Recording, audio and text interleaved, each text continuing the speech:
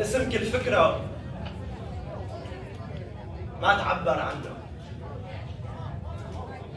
اسم كل رغبة، حماس، اكتشاف، صدمة.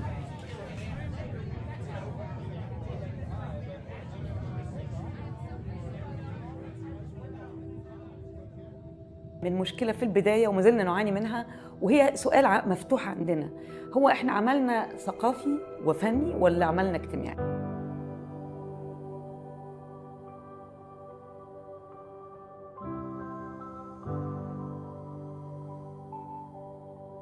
What are criteria of success in such a project? Is it enough if I have planted a seed in someone, young person for example, where I can hope that it will unfold one time, where I still have no guarantee? Is it enough when I feel that I made a group of people happy?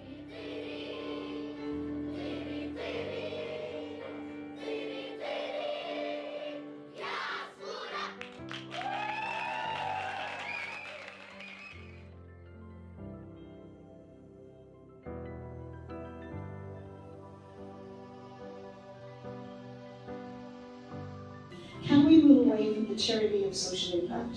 And I think we can take responsibility for this. We need to step into a space where we articulate a language, whether we're artists, cultural activists, academics, others, community members.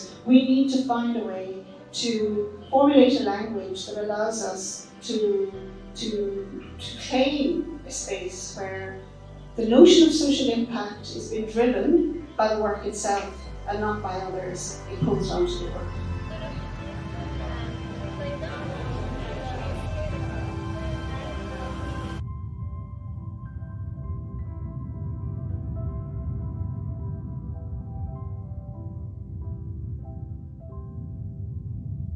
في أزمة عامة بكيف تقييم المشاريع الفنية والثقافية، مش محتكرة بس على المنطقة، بمعنى كيف إحنا نقيس الأثر على الناس، كيف نقدر مش بس بالأرقام، الأرقام كتير سهل الواحد يعمل رصد للأرقام، بس الأثر الأساسي على حياة الناس، كيف تغيرت حياة الناس، هذا أصعب للقياس. فكسرنا حاجز كمان اللغة، فكان كل واحد منا له صوته.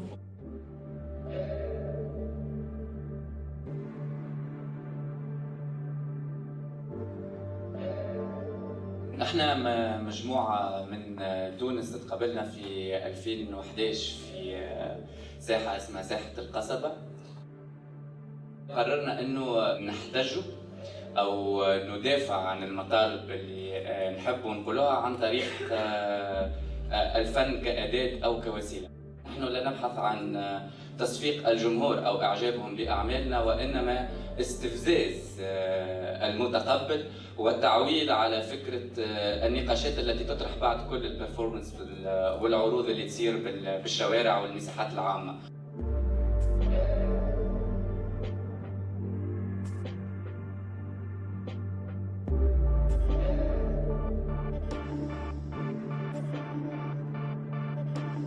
مقدار الثقة من الناس اللي دايما حوالين المشاريع الفنية هي دي المقياس الحقيقي.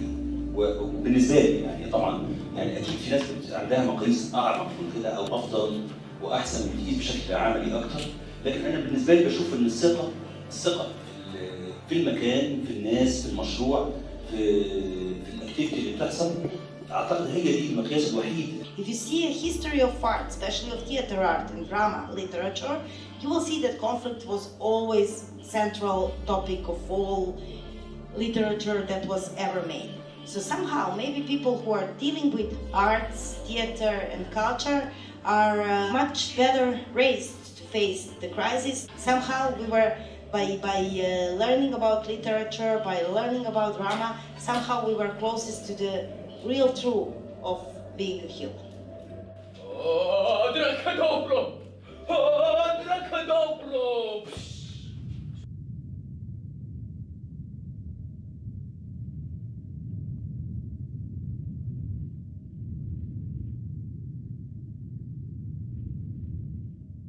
I think that art can be a very strong factor in social change.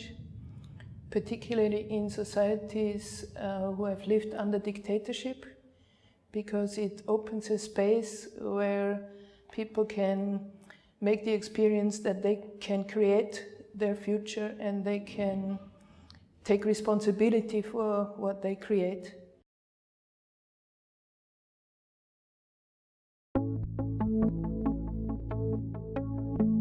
مسرحية حب وحرب على السطح يلي جمعت بين مقاتلين من جبل محسن وباب التبانة كانوا يقاتلوا بعض. أكيد بوقت المسرحية كان صار لهم شي شهرين ثلاثة خلصوا المعارك.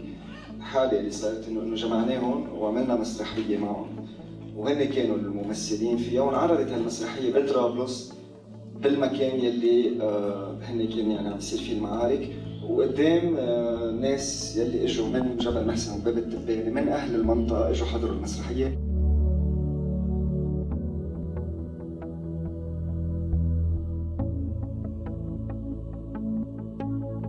الفنانين هن عالم اتكاليين بمصادر تموين، اتكاليين بحصانات، يعني ما عندهم الاستقلالية، لا استقلالية اقتصادية، استقلالية حرية التعبير. وين دورنا بخريطة القوى اللي موجودة اللي بتغير العالم عن جد، ونحن بنقول بدنا تغيير بس العالم عم يتغير أسرع ما نحن عم نقدر، يعني فنحن شو بدنا نغير عن جد؟ في مجموعة أسئلة حضرناها منشان نشاركها سوا.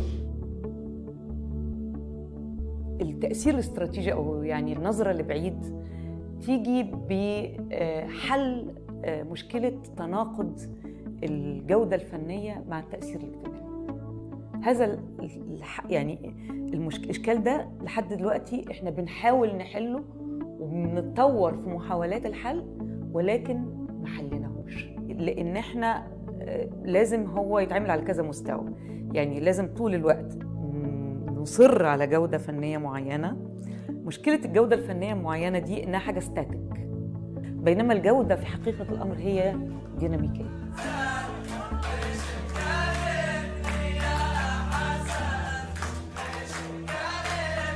وكثير احنا عينينا يعني بمطرح معين اكيد كنا نوع الصبح نقول هل عن جد هالشباب والصبايا بيقدروا يعملوا مسرحيه او لا، والمسرحيه بالنوعيه يلي بتخلي انه وقت يخلص المسرحيه الناس عن جد توقف ول5 دقائق تسقف لهم، مش لانه اجتمعوا سوا، لانه عملوا مسرحيه منيحه، لانه عملوا مسرحيه خرجت الحضر. So how can we really celebrate the tool that we do have as artists, and how that is a really unique and valuable tool that is often really not valued enough.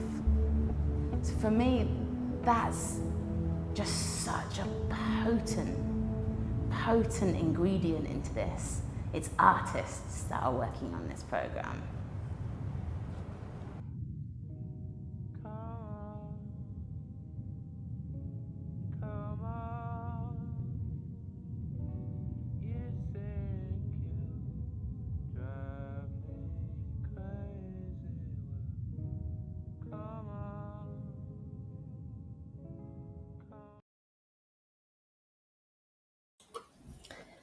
Good afternoon. My name is Joy Asfair, Program Manager at Ettijahat-Independent Culture.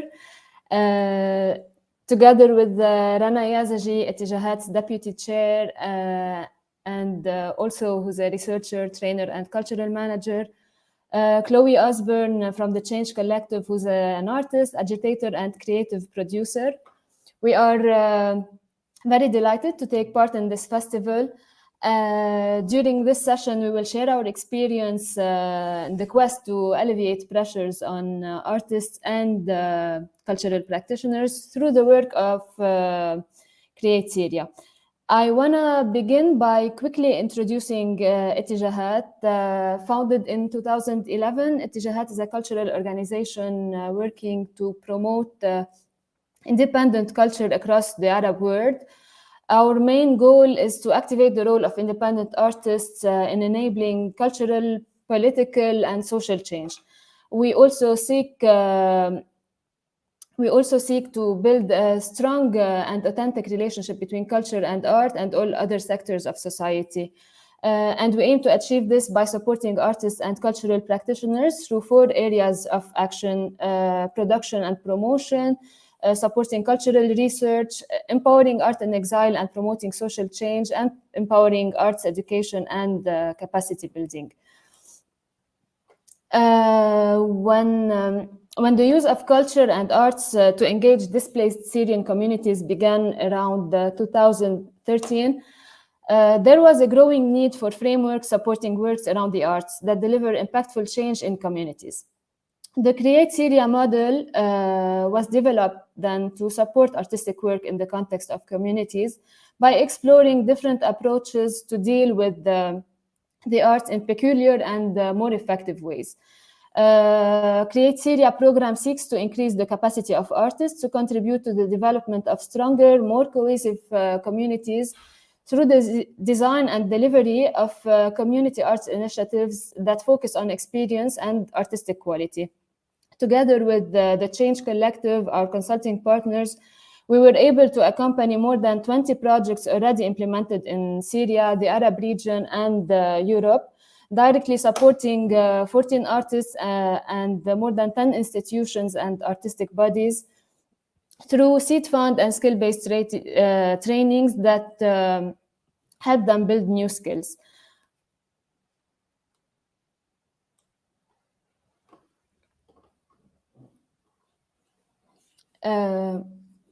We should be able to see one video from one of the participants of Create Syria.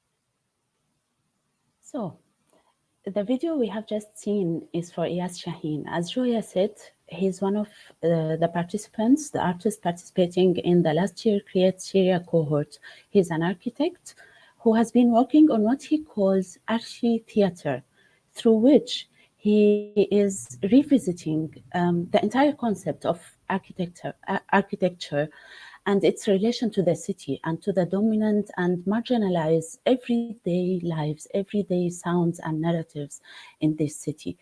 So rooted in the context of his city in Damascus, as we have seen in this film. Being very rooted in this context, but also in his practice, artists like Iyas and practitioners in general are where the expertise and the force of social change resides. The know-how, the feeling with, the history, the fears are all magnificent bases of collaborative structures between those artists and communities. This is how arts and uncertainty, the toolkit that we are talking about today, is built. It is about fostering this collaboration between rooted artists, their existing work, and the communities. It's not about bringing methods. It's not about bringing tools and structures that are already created somewhere else, or supporting them with skills that are thought to be important, but to build on their expertise. Here also for us, it was very important to keep an eye on being very open globally, on being part of this international conversation about social change through the arts, to be able to share insights, to understand the global significance of the local work. So between being very rooted locally and very strongly engaged on an international level, we position arts and uncertainty. The future iteration that we are still looking forward to is when those practitioners themselves will become the ones that hold the space for other practitioners. Here, the ecology, as we understand it, is an organism rather than an institution.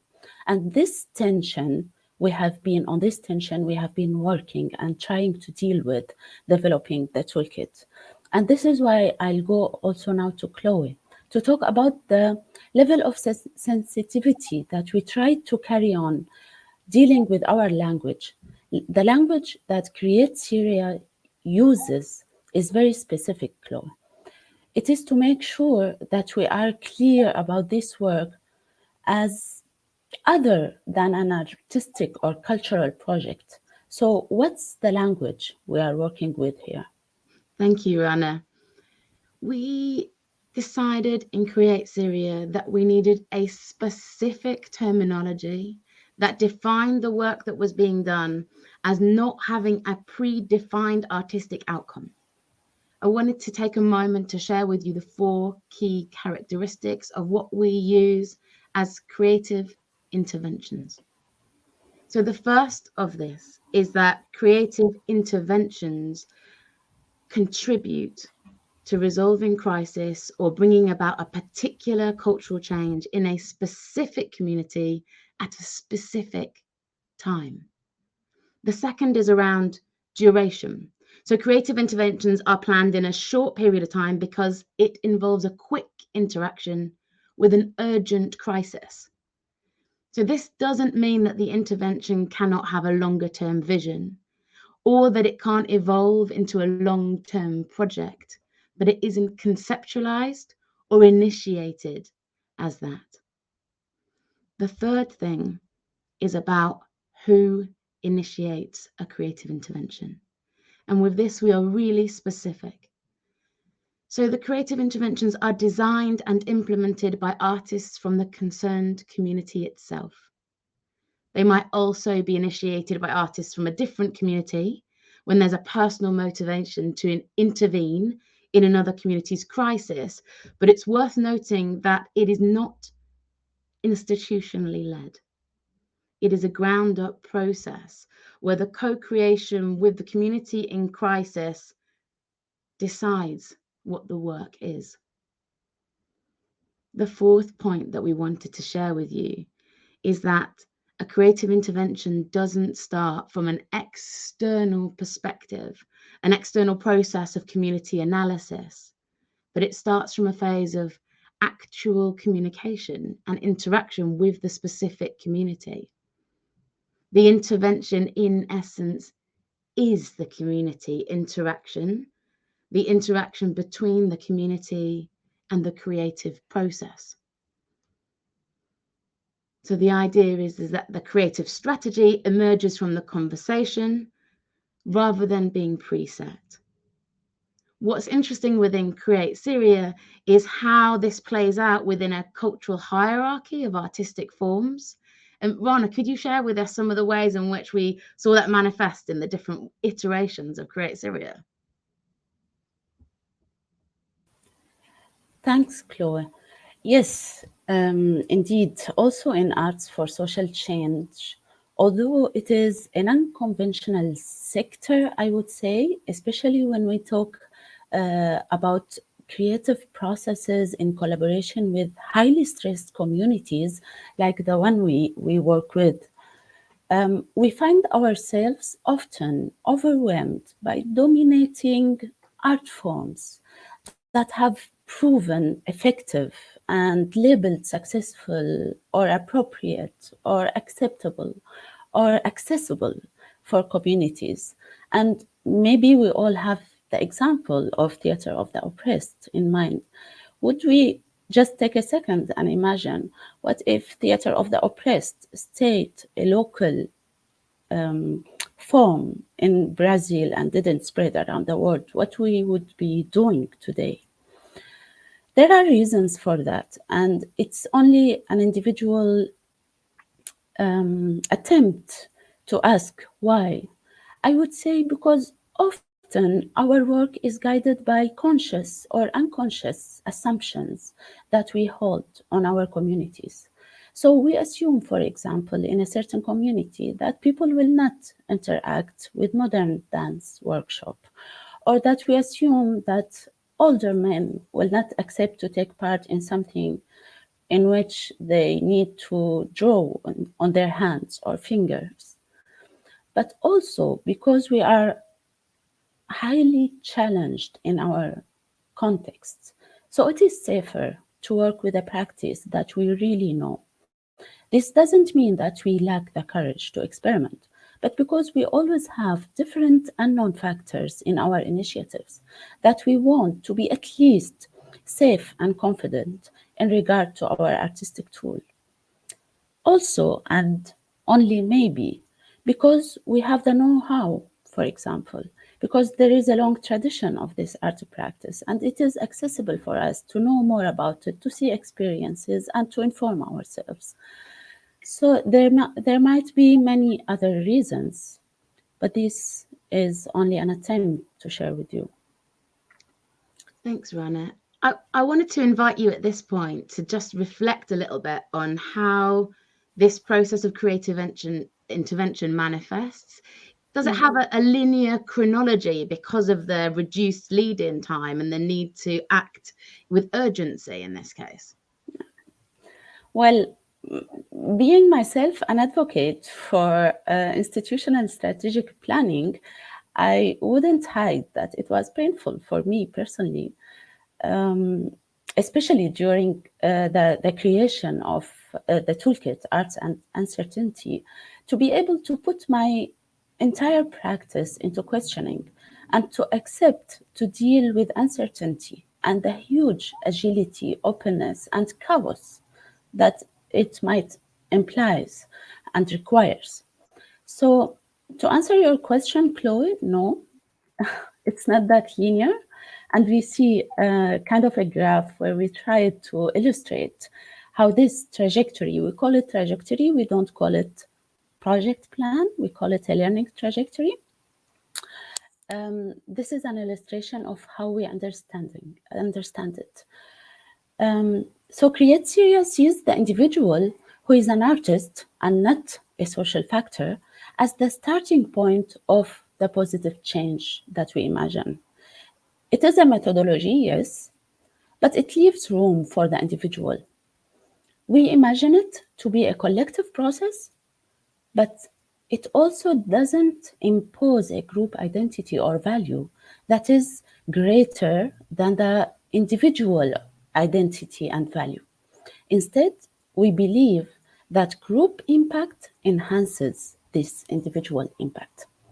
So as you talked about language just before, and as we talked about getting away from what we are not denying to be very powerful in the project planning cycles, but we created what we call learning trajectory, built around 4 interconnected phases.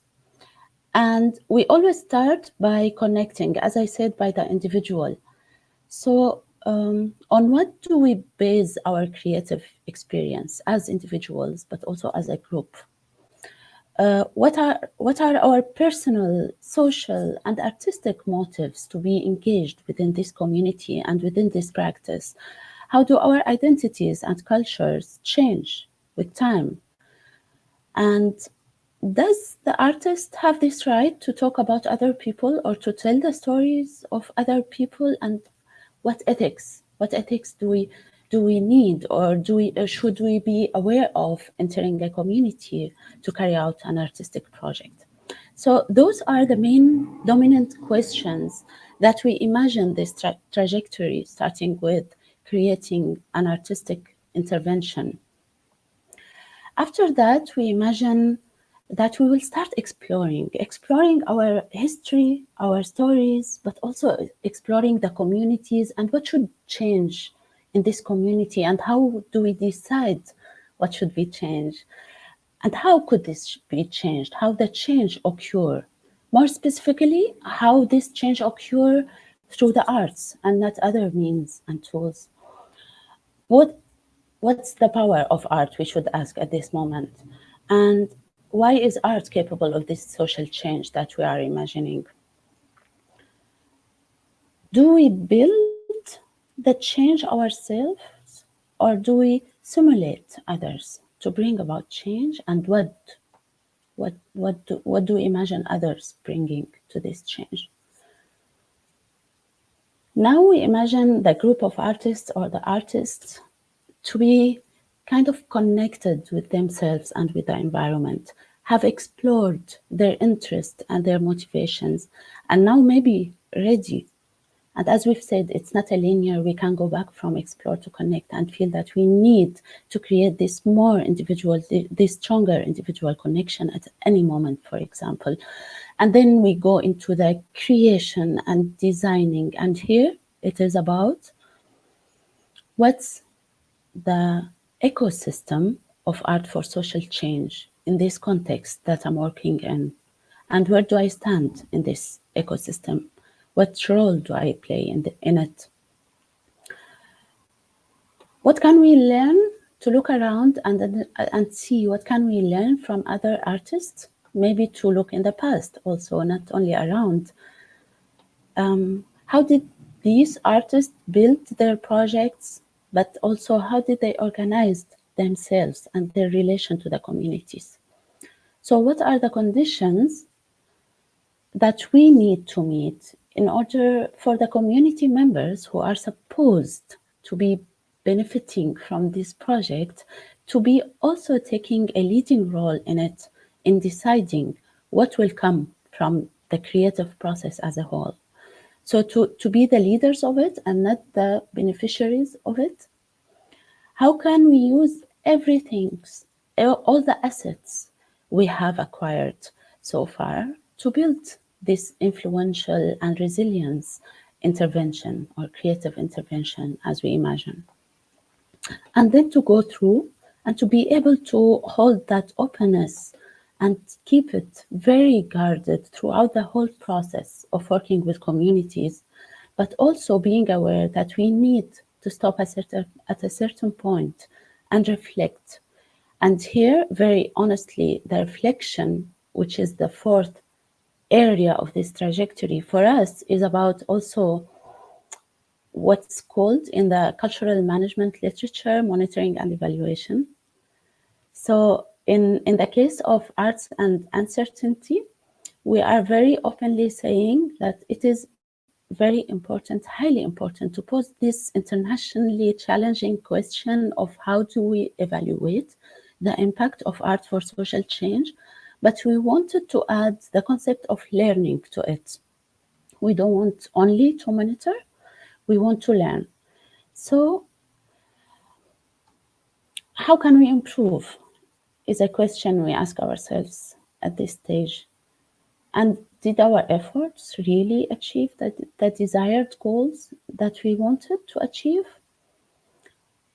Are the values and concepts upon which the experience is based part of a broader discussion? So here we go back to being aware of the international conversation around arts for social change. Does what I do as a practice in a certain community on a very local level has a conversation partner on this table? Can I share this experience? Can I learn from other experiences also? Does this experience allows us as a group to influence not only the direct people that I'm working with, participants of a project or a community I'm working with, but also the broader environment, the learning in this environment also? have I created a model that could be improved with time? And how should this model be improved? How can we improve? Now I think we'll go to a video.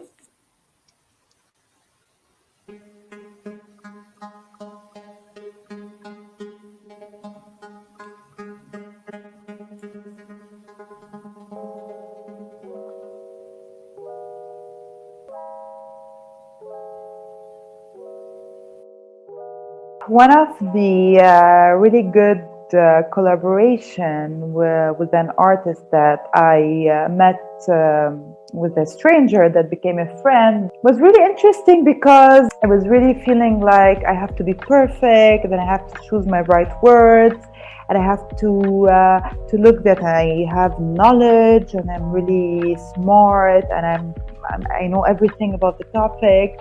And then it started by discussing a very random object, and at a certain point I wasn't really aware of my words anymore. I went by the flow, and then the ideas were, I really didn't care if this person is going to judge me anymore, and this was the only thing that mattered to me.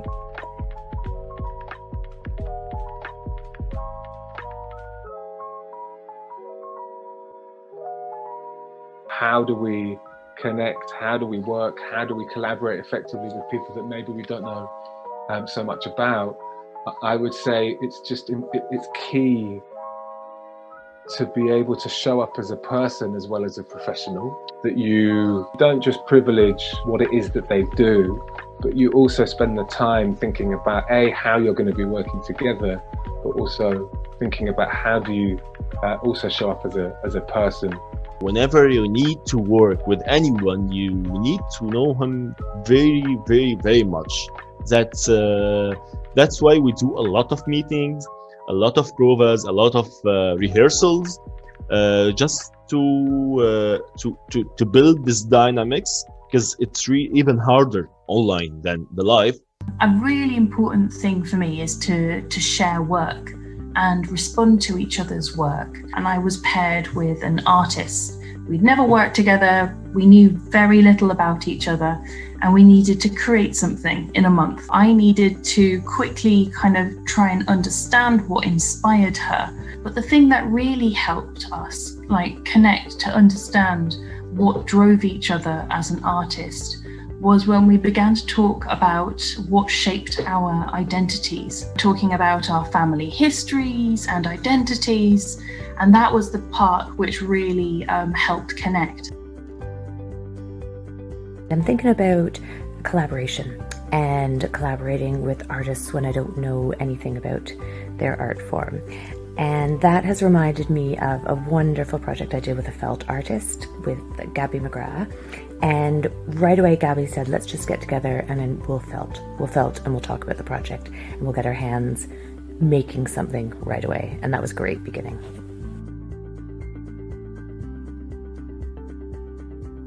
Is there a place where lost days secretly gather? I think there is, and the name of that place is memory. You can actually go back within yourself to great things that have happened to you and allow them to shelter and bless you again.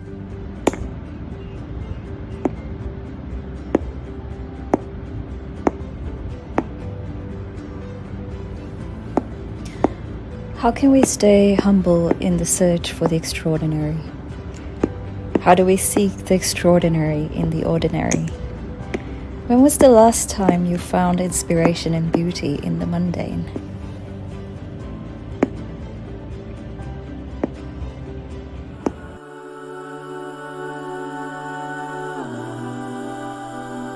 Listen to me. I'll listen to you.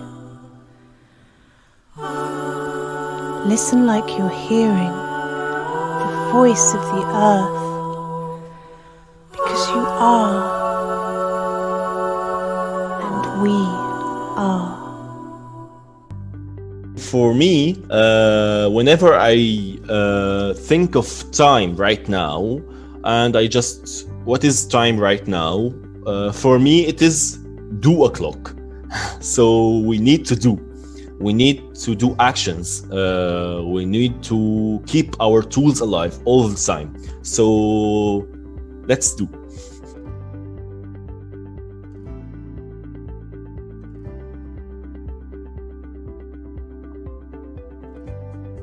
We're going to take a moment to ground into Anas's brilliant term of 2 o'clock.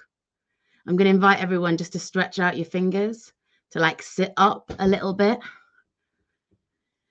And I'm just going to invite you to add to this conversation for everyone that's watching. I'm going to invite you to think about that 2 o'clock and to type into the chat in a moment. I'm going to invite you to type into the chat, what is it that you do to begin a process of co-creation? For context, I eat biscuits with people. That's how I always begin. We're going to have a chance to listen to some incredible music from a brilliant musician on the Create Syria program. So we'll put this on and we'll hold 2 minutes exactly to gather as many responses as we can in the chat. And I'll invite you, if you go fast, to slow down and take a moment to watch everybody else's flowing through. So fingers stretched, let's hear that music. Let's take 2 minutes and let's please all write in your 2 o'clock.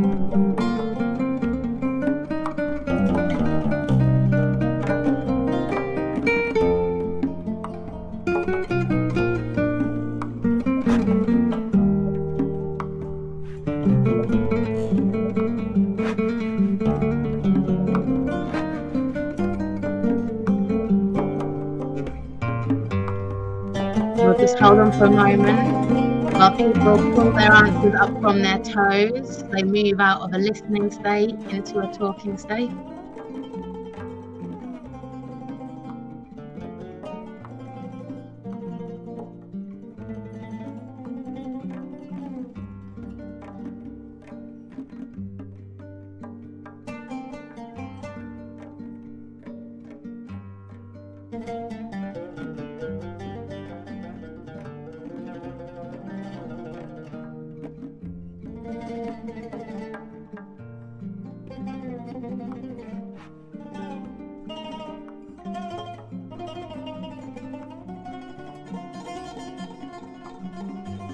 Okay, thank you so much, everyone. If you're still typing, please continue. What we notice in these incredible responses, nobody's talking about art. People are talking about being human. We're grounding into the senses, the sensory experience, our environments, a kinetic or haptic connection between people. I want to take a moment to just ground us right back into something that we heard at the beginning from the brilliant Basma Al-Husseini, who talks about artistic quality as a static concept, who posits that it's not the right way of talking about this work, and proposes that we might instead begin to think about a dynamic quality. This doer clock, the doers connecting and making something happen that responds to crisis in their community.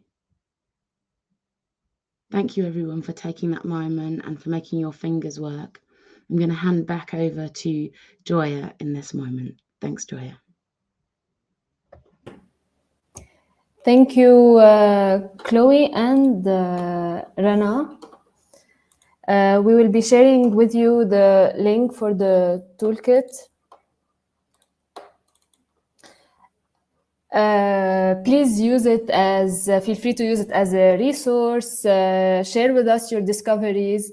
It is also available, it's available in English and in Arabic. And to end, I quote from this toolkit. Today, more than ever, our world is rapidly evolving in complex and confusing ways. Art is suffering from new burdens and confronting barriers that did not exist before. While emphasizing the basic orientation that identifies art as a global driver, as well as the fact that culture is a solution for many of the world's ongoing problems, it is imperative for us to look towards a brighter future despite the bleak picture today. So if anyone has any questions, also please write them in the chat. I have a question, just to kick us off. I have a question which I'd just like to ask Rana and Joya to reflect on how that toolkit is being used now, how the Ettijahat are holding it, and what the intention is for it to kind of move and evolve across the Arab region and beyond. Thanks, Chloe. I actually wanted to comment on that, but I was waiting for the questions, so it came in the questions. I would like to say that at the beginning, at the very beginning, Ettijahat was imagining a book, a printed book, as an output of this work. But through the process, we discovered that it can't be. It could be, but I mean, it won't have the same value, because for us, this is a living document that will be growing and changing the whole time. It's part of the nature of the trajectory and the thinking of Create Syria in general. So I would say it's been difficult, because when we finished the toolkit and really wanted to practice it, at least as an examination of where we are really within the Create Syria workshops, we found ourselves online on Zoom with the artists being everywhere in the world, from France to Germany to Raqqa in north of Syria to Lebanon to Amman to everywhere. And we had to recreate the whole trajectory again to be usable online. And we were scared, Joya knows, we were scared, and we weren't sure that it would work, but we had to create another version of it. That is still developing, actually. That was the first kind of experimenting of the trajectory, but also it's been part of different networks, like Beyond the Now, one of the networks that are partnering with Ettijahat on different projects. And we've been talking about the use of this toolkit. It has been also used in Zurich University of the Arts as a part of one module at the university about arts and international cooperation. So the step for us is to create this dialogue around it, different experiments of it, and create the dialogue around the very local rooted use of it, and then the more international, the use on the level of international cooperation. Hi guys, so I was just going to step in with a question as well. Thank you so much to all of you. That's a really fantastic presentation. I'm really interested in you referenced something around the cultural hierarchies that can exist in the work. So because you're working with a range of people, and I guess they bring with them their backgrounds, their histories, and it could be, class-based. There'll be wealth differentials between those people, and I just wanted to ask about the tensions of that in the work for you. How do you deal with the tensions of the different cultural hierarchies that you referenced earlier?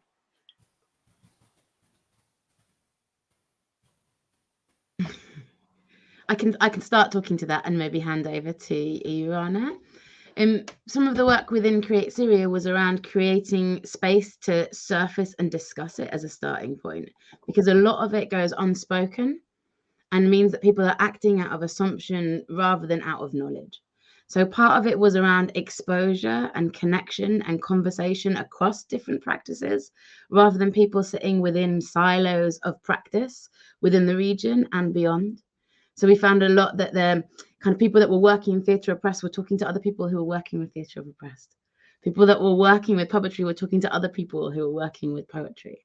So it was around creating a space of experimentation and exchange where people were able to try new art forms, were able to learn about the possibilities of them, and were able to witness in each other's creative interventions how those played out and co-creation practices.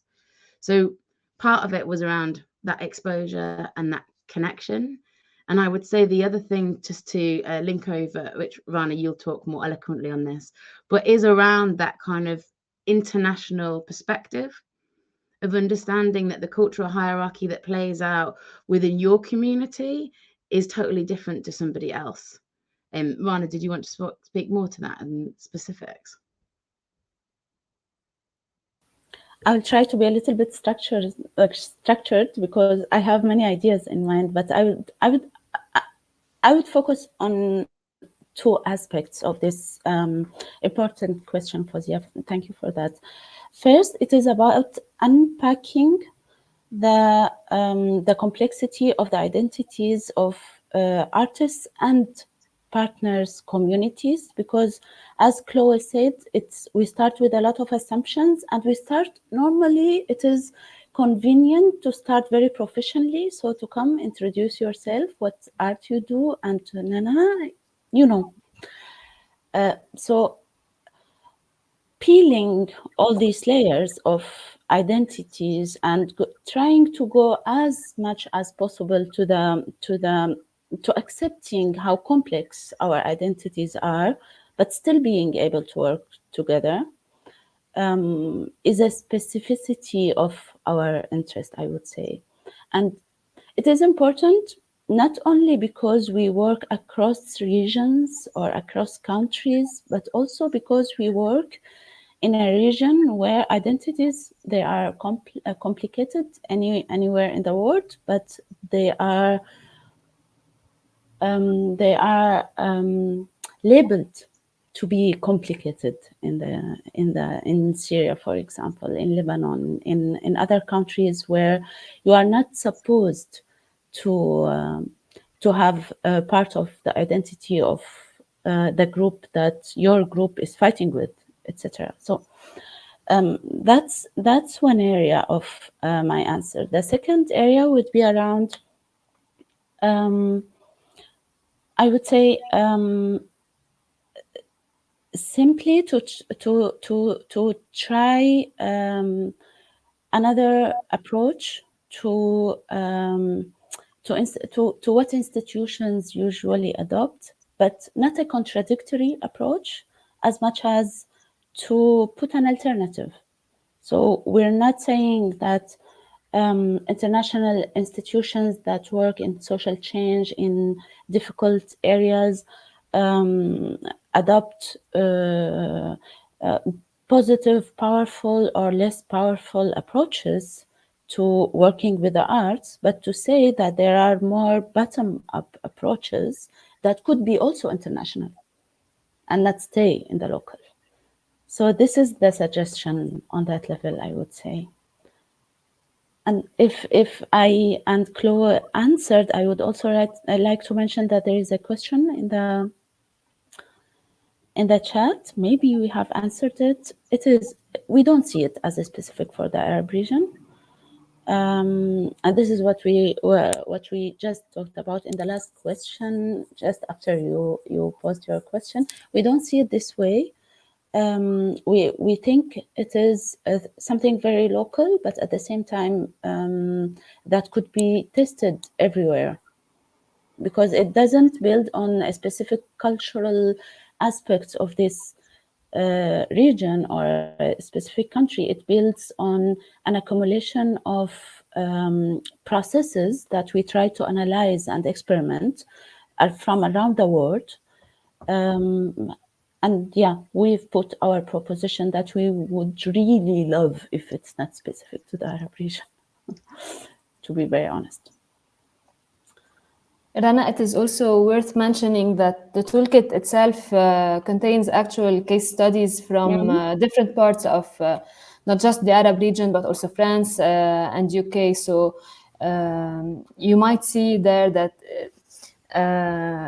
crises are not specific of one region, and the past pandemic has proven that the whole world may have one single crisis on their mind, but then it could be there could be different approaches everywhere.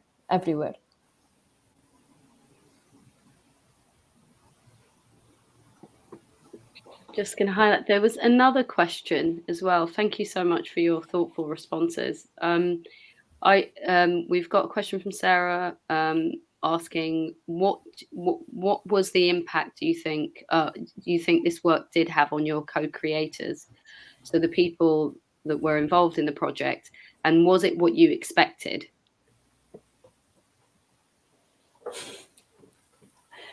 Maybe I'll start. Yeah, at the beginning, they were kind of disturbed, I would say, at the beginning of the process or building the relation. So in our kind of smaller connect phase that we create with the artists and practitioners, it's always challenging, because we're asking them really and honestly to get out of their safe zone, of their safe area. We're asking them to not to forget about, but to allow themselves to examine new practices that they haven't thought of, to work with new people that they are not evidently working with or wanting to work with. We're asking them to explore a lot of new. So at the beginning, we don't impose it, we create it slowly with them, but it requires a lot of a high individual commitment to accepting to get out of the comfort zone and take a kind of calculated risk in the process. I would say that we've experimented the toolkit with one cohort of 11 artists, Joya, if I'm not mistaken. I'm sorry, I don't remember the number correctly. Half of them were living in, I would say, very distressed region or areas, because it was diverse. I wouldn't talk about impact because it's only 2 years of experimentation, but I would talk about indicators or kind of feeling of how they are going through the trajectory together.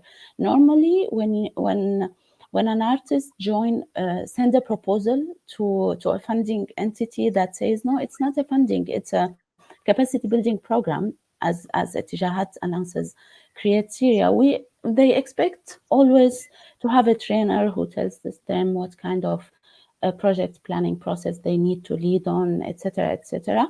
And when you change this expectation, it's difficult, but it's really worth it, because they feel they feel that they are not asked to do what the institution think it's important to be done, but they are asked to do with the most investment, personal investment possible, what they decided is important to be done.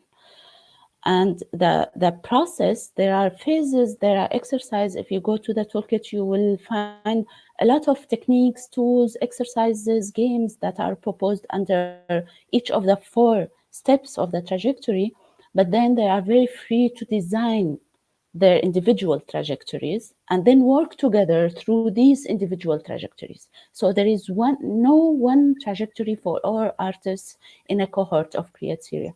Each individual create theirs, his or hers, and then they work together through these very different kind of tempo of trajectories, very different practices and values also, I would say. So I would say it's a good experience for an artist to go through. I'd love to hear from them. We heard from some, but it's still early to talk about real impact. There's a question from Liz, which says, are we getting much success in garnering interest in the toolkit from users around the world? And how are we sharing it and spreading it?